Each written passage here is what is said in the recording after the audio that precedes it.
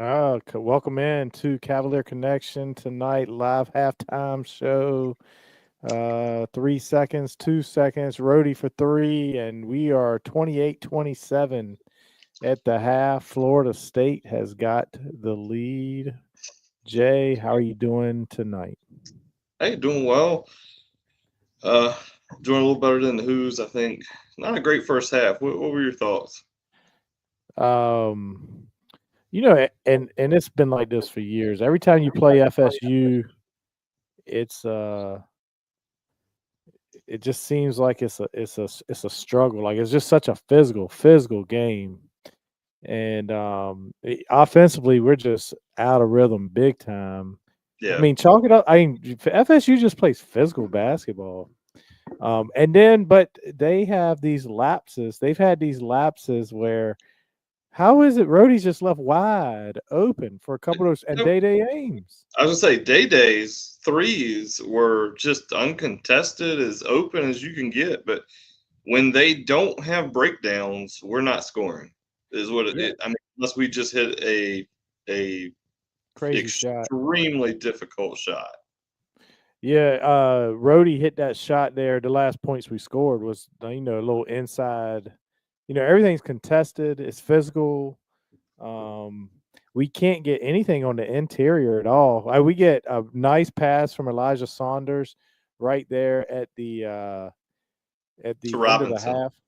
I'm sorry. Yeah, Saunders to Robinson, and I mean we Or- get a shot clock violation because we don't even hit the rim. Can you hear me, Jay? Okay, yep, you're back. Okay. Okay.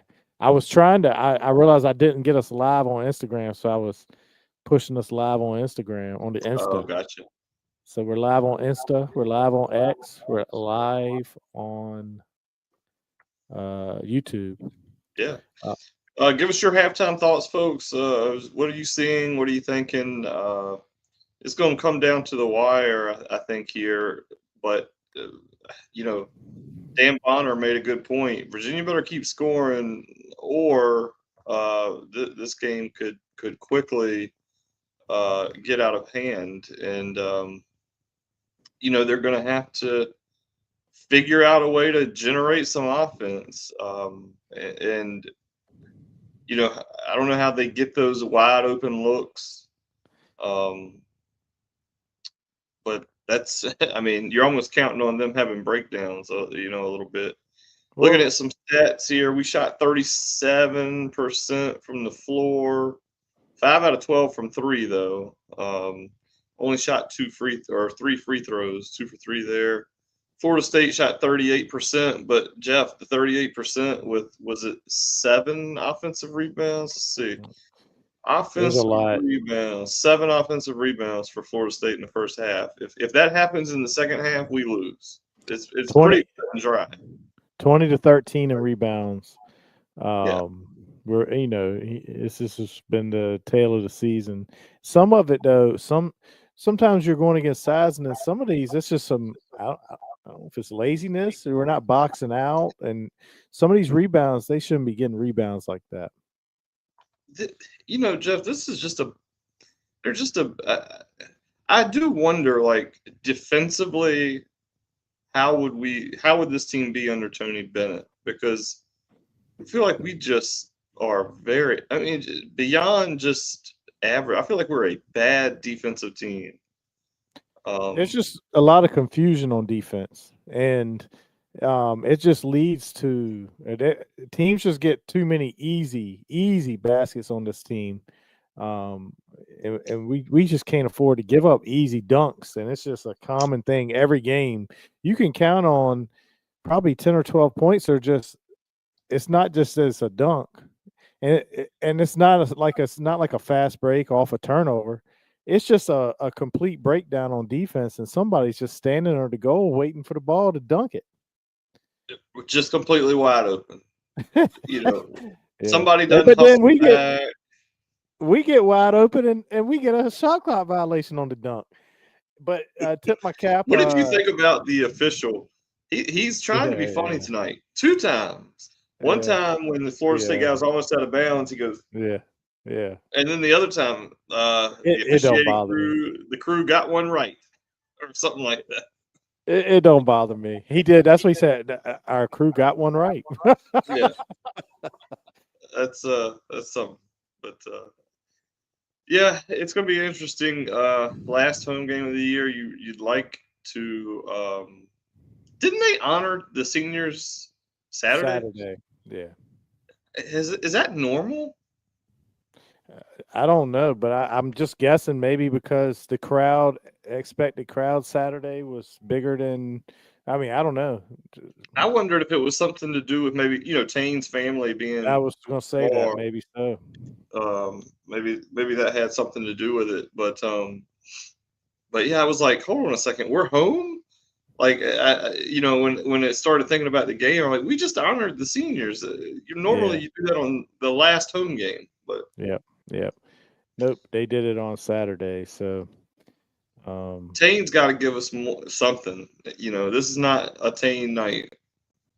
I'm not here to bash Sanchez tonight, but I will say this. I just want to say this one thing.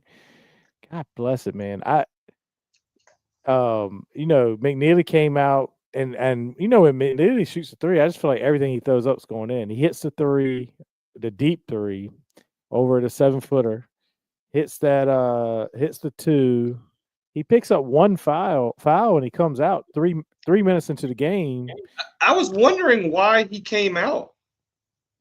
I thought I had missed something, and it was a second foul.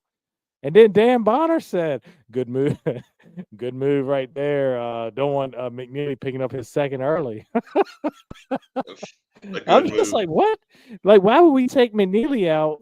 This is going to be a physical game. We're struggling. He's a guy who can just get you a basket, shooting something kind of ridiculous for most people, but it's like Steph Curry, like deep stuff.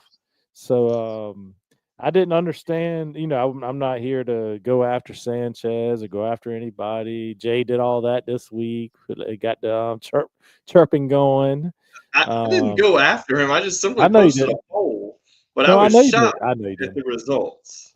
I really I was. really, I'm really not that shocked. I wasn't shocked at Yeah, all. if when you talk to people, it doesn't seem at all like. All right, so just for those that haven't seen, the poll was just simply should Ron Sanchez be the coach, next year, and I think we had 130 votes, and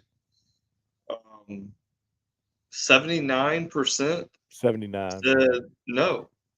I I really thought it would be more like maybe 60-40. I just think people just say, "Hey, listen, he's a nice guy. We really like him. We wish him the best. Tony Bennett's not walking back through the door. It's time to move on to the next era of Virginia basketball." Did you read where Jerry Radcliffe had put out that there's I don't know. Obviously, Jerry's got all kinds of sources that um, one of the stipulations with the folks that they're interviewing is that Jason Williford has to stay. Did you see that? Okay, no, I did not see that. That Williford has to stay. And then he also said that Ralph Sampson is lobbying to be the basketball general manager. And then he Okay, that makes also, sense after something else I read, but he also named, Augusta Free Press had two names, which was Wally Sanchez and Walker. Shaka. Oh, I thought you were talking about for GM. No. And for head coach. And then in the same article, Jerry Radcliffe says Sanchez, Shaka, Odom, Vanderbilt coach, and a mystery man. Of course, for us, listen, Cavalier Connection fans out there, I'm here to announce there's a mystery man that's gonna be the head coach. I can't name who it is at this time. So I'm like, Once my it's the sources mystery. released his name, It's the mystery, but sometimes you could just say that just because you be like, oh, that's who I was talking about, but not our right, friend Hootie. And no, I think maybe you think Rick Carlisle is the mystery man. Like I don't know, but I'm uh, only putting together Ralph Sampson wanting to be general manager, and that's the only reason. Because Ralph Sampson said that's who he wants to be the head. Thinks should be the head coach. No, he said Carlisle, right? I know that's what I'm saying. That's who I said. Oh, that's not who I heard you say. In my Yeah, I mind, you said might Rick have said Carlisle. Carlisle. We Yeah, can go back and check the tape on it. But we will in my check mind, the tape. I say Yeah, again. I said we will check the tape. But yeah, Yeah. Rick Carlisle's who I'm talking about. Okay. That's In my mind, I heard the old Clemson coach who went to Texas, Rick Barnes, and that he oh probably said no. Carlisle. But in my mind, I was thinking Listen, that doesn't make a lot of sense. I don't know that I hadn't heard that one. no. But yeah, Rick Carlisle. Carlisle. You know, I think I'd be most excited in order. Shaka, Byington, who's Vanderbilt's coach, Right. and then I guess this guy's maybe not really a candidate, but the guy at Drake. If you look at what he's done, I mean, that dude has won at an outrageous clip. And I know he's done it at smaller schools, and Drake is like his first major D1, opportunity. But what he's doing there, even, I mean, clearly the man knows basketball. I'd be excited about him as a guy who, Bennett was like a national coach of the year at Washington State, I think, before he got to us. But Yeah. He's not on that level, but a good coach. Maybe that could be a mystery guy. I think Virginia wants to make more of a splashy hire. I almost feel like Sanchez is done. I just don't see how you can keep him. I know, we've teetered and tottered. I never fully went back on the side of keeping him. And I think I'd be I've more teetered on and tottered. Yeah, I mean, TW was convincing, and it still all rings true what he said. It's just, Sanchez isn't been. Sanchez did have a chance to be a head coach at Charlotte. It didn't really work. Obviously, Sanchez's defensive approach isn't what Bennett's is. There's no way this team is bad defensively with Bennett as coach. No. Now, they might not be as good offensively. Right. Give him credit. We've scored a lot more points, and we've done a pretty good job on the offensive end. But, you can't be this bad defensively. No, and Virginia doesn't, we're a defensive school. We want defense. I mean, everybody wants to score. Scoring's great, whatever. You can't follow Tony Bennett, though, and be this bad defensively. Yeah. Ryan Odom has that defense cooking at VCU. I would be excited for Odom. That's the similarity. I say excited. I don't know that he would. I don't think, oh my gosh, we got Ryan Odom. Now we're just a championship contender. That's how I feel with Shaka. If Shaka comes in, I believe we're thrust right back to the top to contending in the ACC. Absolutely. Because that's just he's going to get guys. Guys are coming right away. Yes. And it'll be a different style. I mean, we'll be a totally different. It'll be a program reset, I think, which is what we kind of need. Shaka will play defense too. Absolutely. They play. When I say a program reset, though, he's a little bit of a different defensive kind of coach. Yep. But yep. At VCU he had Havoc.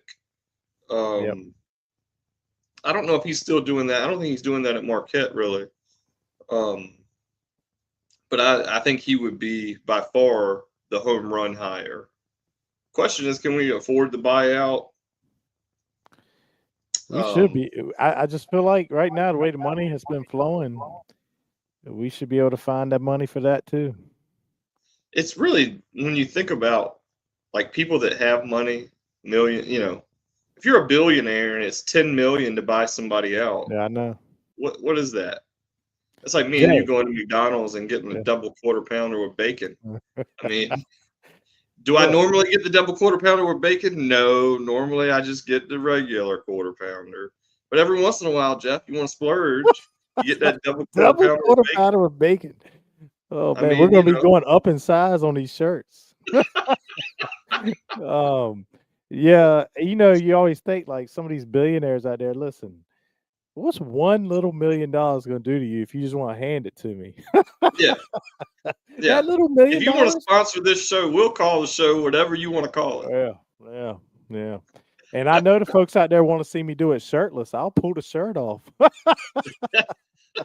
No, but yeah. So Real quick, Virginia, Jeff, before the half ends, and I don't have it on my TV in here, so you're gonna have to keep me updated on when they come back.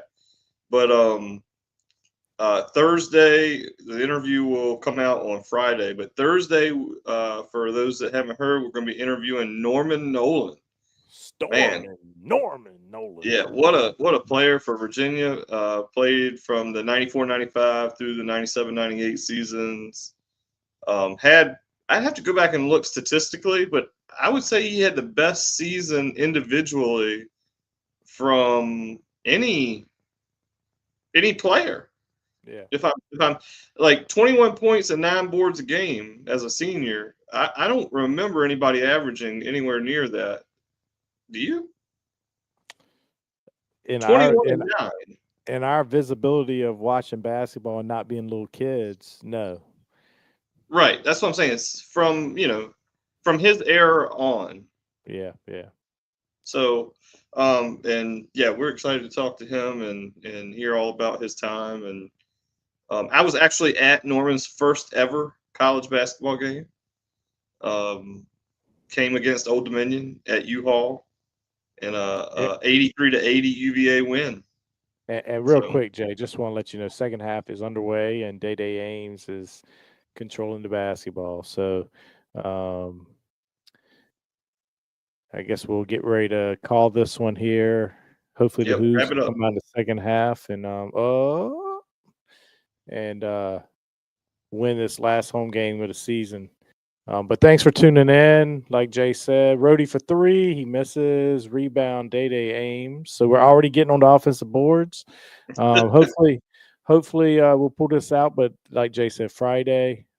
Oh, alley-oop and Buchanan scores. Friday we'll be airing Norman Nolan. Thanks for tuning in, folks. And we'll have a good night. Go Hoos. Go Hoos.